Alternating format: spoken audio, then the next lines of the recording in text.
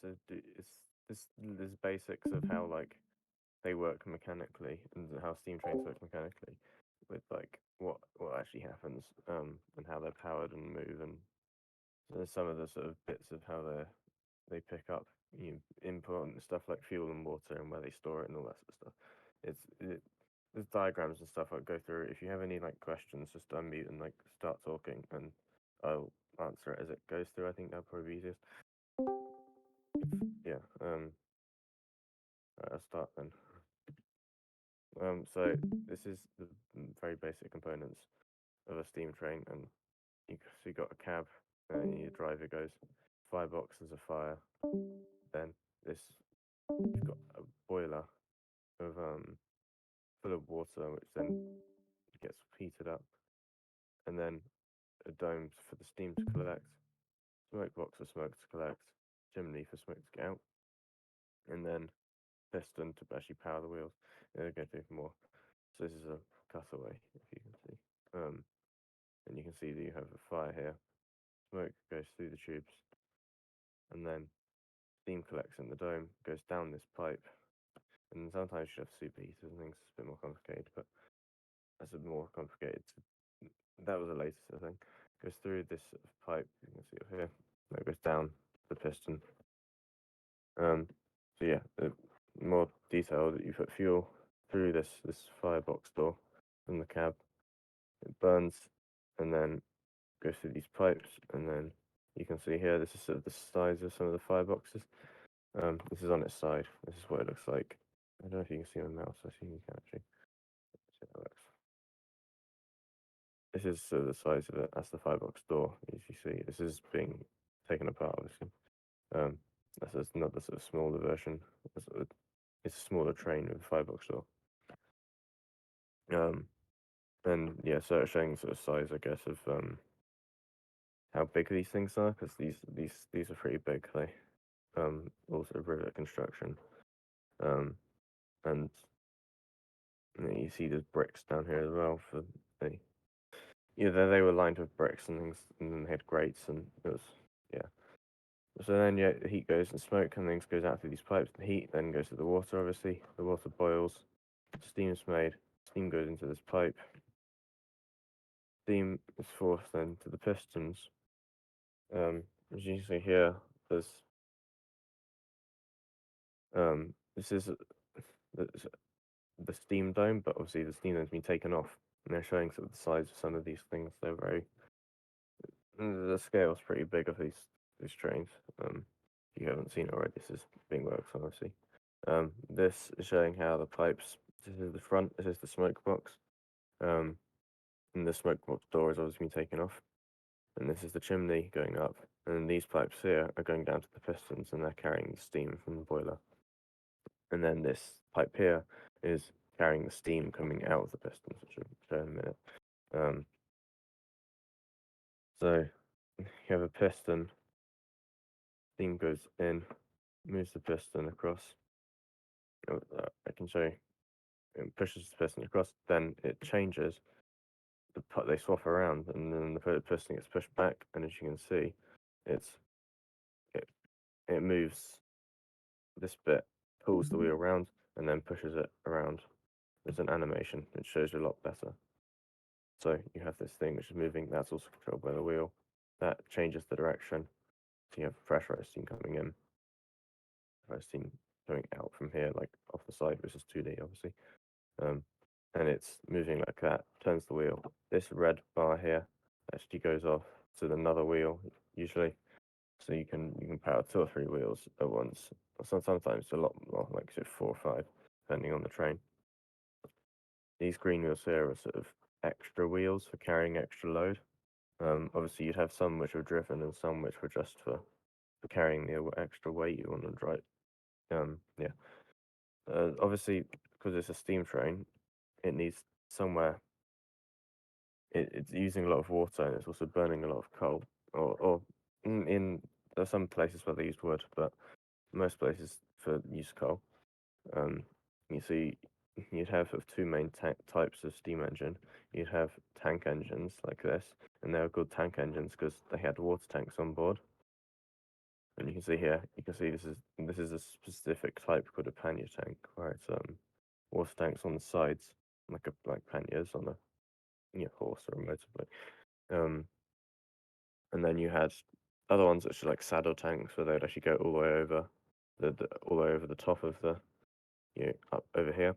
And then other ones where you had tanks underneath and different ways of doing it. But basically, tank engine because the tank is on the thing, and they'd also have a coal bunker at the back for somewhere to store all of the coal, and that could then be shoveled by firemen. Would shovel coal from there into the firebox, and that'd burn and then go, um, be powering the train.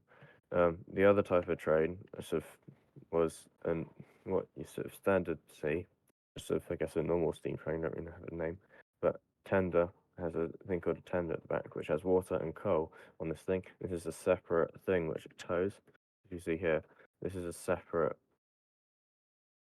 like unit, I guess, which is coupled together, and then there's like a floor which moves and things inside that. But and that means then you have basically it's sort of like this sort of shape. So you actually have water at the bottom, coal at the bottom, but easily accessible from the front, and then there's pipes linking together. So then you can keep water, and then there's obviously then valves in the cab to control the flow of water from the tank into the same on the tank engine. You need to get water into the boiler because obviously as you're making all this steam, the water is leaving into the pistons and then up the chimney. Um, you need to replenish that to keep the pressure, otherwise the steam won't come out of the boiler anymore. And you also need to make sure it doesn't go over pressure because otherwise then the boiler explodes, which is pretty catastrophic usually. I didn't put any pictures in, but you can find pictures of boiler explosions and you can see they're pretty big explosions. As I was talking about earlier, you can see this is like the this is the driving. This wheel's being driven by the piston on this, and then you have another rod to drive these other two wheels next to it, which helps. So this train is driving these three wheels. These are actually powered, and these two is actually just idle to take extra weight and spread the load. Um, Obviously, now you have water. That water doesn't last very long. Like it's a lot of water, but it will deplete. So you need some way of refilling that. So there was various ways of doing that with water towers. You have to find these by the sides of tracks quite a lot. You'd have either like a swing arm or like something which drops down, and it would then fill the tender. And on this tender, it would fill sort of on this back platform. There's a little cap which you'll see here. This is a standpipe thing, so that's just using water pressure, like mains water pressure basically, goes up and fills up. In more sort of rural places, you'd have a tower, which then means you create the pressure yourself. Just going to go into the train quickly, um, and yeah, and then you can fill this thing with water pretty quickly at stations. But obviously, with this water tower, you do it in like a yard or a station. You still have to stop and you have to wait for it to fill up. So then they came up with a thing that's called like water troughs, and you can see here you've got these long troughs on the track, these sort of white things. That's a trough of water, and the train on the tender has a scoop which then can drop down and scoop up water into and fill up the tender. It's so then they can basically take on water whilst moving, and they're moving at pretty high speed. You can see train isn't going slow. It's got a lot of all this spray is from that water trough. Um, This is sort of another, I guess, a better version of what I made earlier. And you can sort of see how some of its works. You'd have the throttle, sometimes what's known as a regulator, is actually controlling here, and there'll be a big lever in the cab, which actually I can go back to. Um, There. I actually find it will be usually on the right, but it's not easy to see on this. Oh yeah, but you can see on this actually, you see these glass things. Those are all the water gauges in the boiler, so you know what the water levels are. Yeah, and sort of similar stuff like that. So that actually has pipes come out and go through. Obviously, it's quite complicated. There's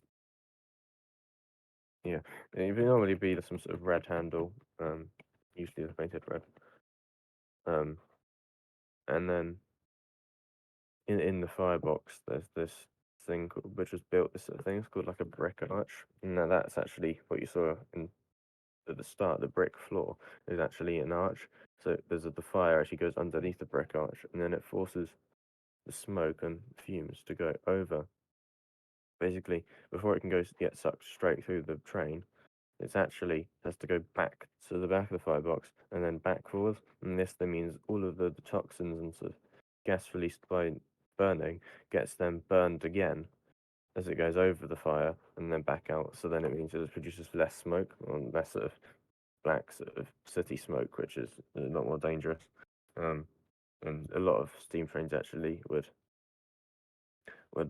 burn their own smoke, which to sort of reduce pollution a bit, but they're still not great for pollution. To be honest.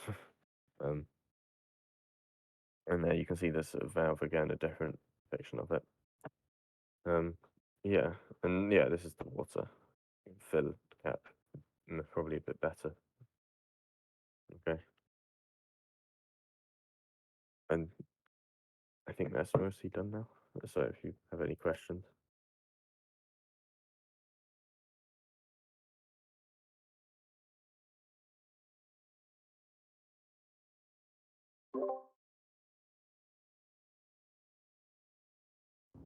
Yeah. Oh, I have a question about the I'm not gonna try to pronounce the word, but the water lines on the like on the rail line. Mm. Um, how did they fill those? Yeah, those.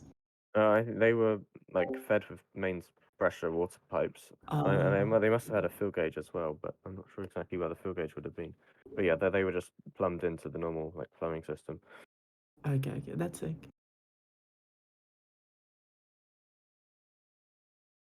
I don't have any questions either. I um I'm honestly I would have never been interested in like trains, but you have captivated me, and now I am interested. So thank you. I may Yeah, have a I new love kid that though. Sleepy Zone people just like know Interesting. so much about things. Just like like No, this is sick. for real. It's so funny because like people here like there's just like so many different like walks of like knowledge because you have like like these like really techie like expert people, and then you just have like people that have just like knowledge about like the most like obscure shit ever. And then of course, since this is like a music centric server, people who are quite knowledgeable about sound design and like shit. I don't know. I don't know how to phrase it. My mind is dumb. Mm,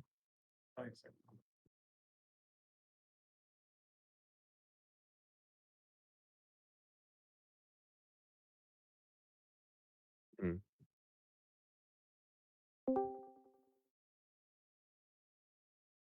Y- Yes, it's changed quite a lot. Um, there's I can wait a minute, let me stop streaming a minute. I find there was a thing called Richard Trevithick's steam train, which was like not the first, but it was the first like train. There'd been steam engines like in terms of like boilers with the burning thing, but they're usually stationary and used for like pumping stations. But Richard Trevithick was one of the first people to put that on wheels and have it as a powered thing. Um, which and that he used one pipe, like instead of having lots of those little pipes, he used one really big pipe. But that was obviously a lot less efficient because the pipes work by transferring heat through the surface area of the pipes. And the more surface area you have, the more heat you can transfer. And there was another one which actually had a bit later, which I've forgotten the name of the person who made it, or sort of who had obviously two pipes, and it was like a return. So the actual chimney was above the firebox, and then the the pipe did like a U-turn inside the boiler and came back, and so the smoke went down the pipe through the boiler and then back through the firebox out the chimney, which is interesting. Um, But then you also had like Robert Stevenson, is generally accepted, and I have not found anything to like dispute it, as one of like the, and not Robert Stevenson himself, but like Stevenson Co. whatever, to invent like the modern steam train as a sort of, obviously a lot simpler still, but having multiple pipes and having like pressurized boiler and all that sort of stuff. That's a new smoke box, the modern sort of layout of where the smoke box and where the firebox and where the boiler and things goes. And that was for I think it was for the Liverpool and Manchester Railway.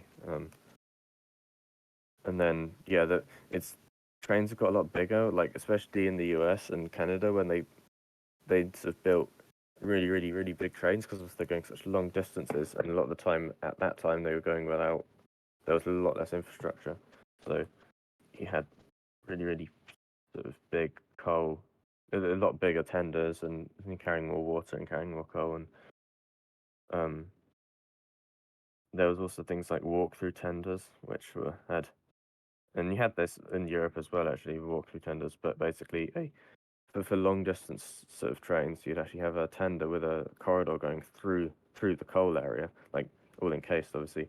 So then the crew could swap over, and then you'd have crew compartments in the first carriage, and then you'd have a spare crew, which then would swap over halfway through the journey, and sleep, and then the other crew would drive, and you'd have stuff like that. It got quite sort of specialist, and there was lots of extra sort of mechanical stuff like superheaters to try and get more out of the steam. So you'd have this extra little thing which would go into the boiler as well, and then as it left the boiler in those pipes, it would then be superheated again. So then it would need more energy and things. And other stuff like the boilers having like a brick arch built, that was quite a big thing, sort of to do with like emissions, which they're trying to reduce that. That wasn't in sort of original steam trains. And also helps with the efficiency of burning, the fire burn. Yeah, there's quite a lot of extra stuff developed, because then it was like something like 100 years or something. They're still running lots of steam trains until like the 70s, in lots of places.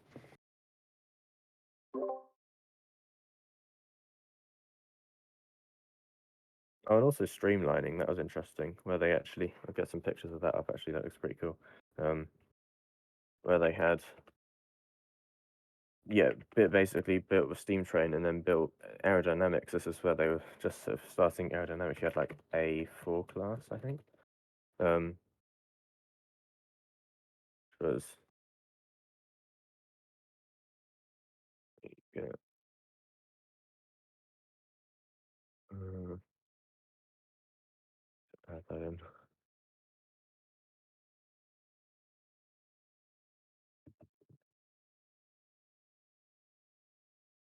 I just get some pictures and I'll put that into.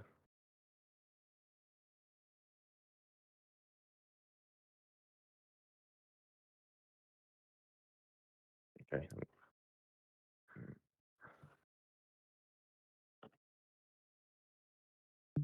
Okay. So this sort of thing where you had big sort of aerodynamic shrouds basically built over the boiler, so the boiler and the funneling's all inside there. And this is to try and make it more aerodynamic. There were lots of other designs and lots of sort of US designs which are even bigger.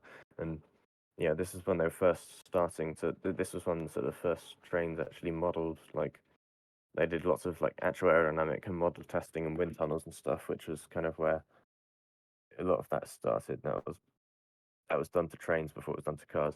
And then you see this on this picture actually. There's not the side guards, because these trains lasted for quite a long time, and they were changed around quite a lot depending on. Though this was a whole class of trains, so it wasn't just one train. And then you had lots of other interesting designs of streamlining, which they did lots of testing. You can find examples of them if you're looking for them, like a lot more sort of rounded ones, and yeah. And that was some of the first sort of aerodynamic testing stuff. Obviously, not on on trains, and still in steam trains. Like lots of these steam trains were going 120 miles an hour, and there's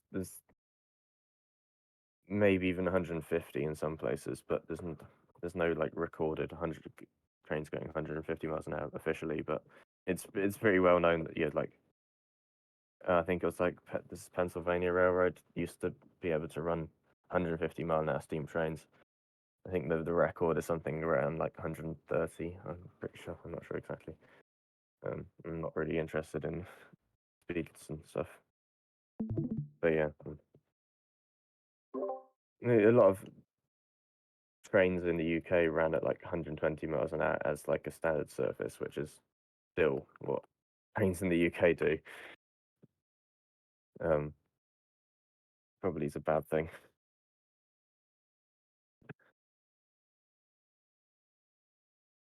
I think that was crazy. That was awesome.